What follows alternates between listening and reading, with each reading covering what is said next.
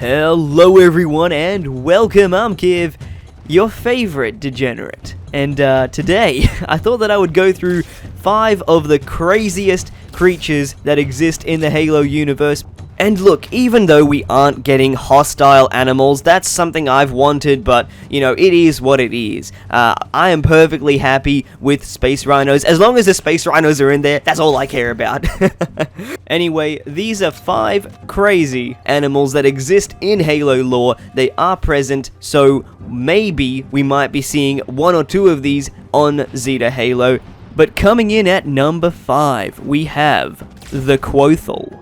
Now, this deep-sea nightmare is actually nicknamed the Nightmare Eel, and I think it's a very fitting name, because it's actually found in the oceans of both Alluvian and Beta Gabriel, which are human-colonized planets, and it's usually found in the darkness of the deep ocean. So sometimes, what you can't see can hurt you.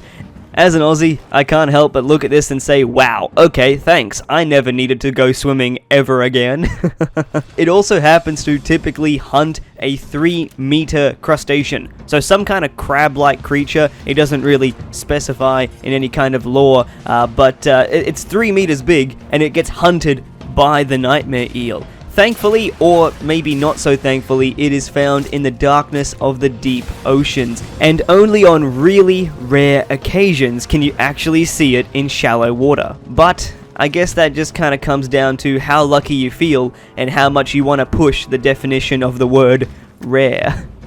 This was in Halo 5 Guardians, so we may just see it again in Infinite because it was designed by 343. So hopefully that will happen and we can all have nightmares once again. Coming in at number 4, you may be able to actually guess what they are by just me describing them before I show you the picture. They are the giant Smeagle combined with an elephant looking things from Halo Reach, the Guta. I don't know how to pronounce it properly because it has the little line above the U, but screw it, I'm an idiot.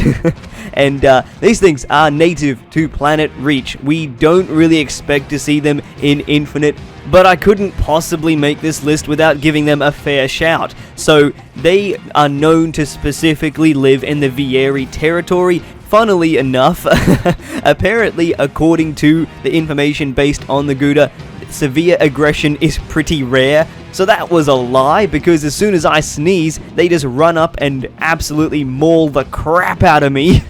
But the name is accurate, because they are named after a fearsome demon from Hungarian mythology.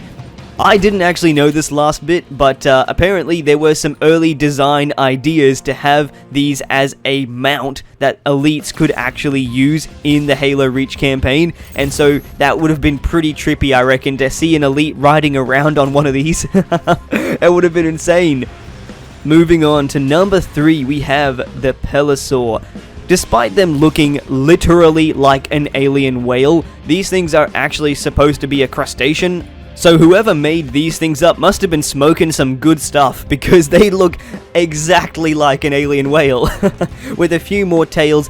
And the best part is that they eat a lot of krill using echolocation, just like how a whale would, and for some reason it's still a crustacean. But who am I to question 343? Now, coming in at number 2, we've got the Lagradite. Now, I know that this is a very minor creature, but I think this thing is crazy, because it reminds me of all of those sorts of prehistoric bugs that you used to see that were gigantic, and it's, pretty crazy like that. And so, as an Australian, I can appreciate that, because we have a lot of animals that are really similar. They look real scary, but actually they do a lot of good. But I can understand that if one of these rolls up into your house, you wouldn't really roll up a piece of newspaper, you'd start loading the shotgun.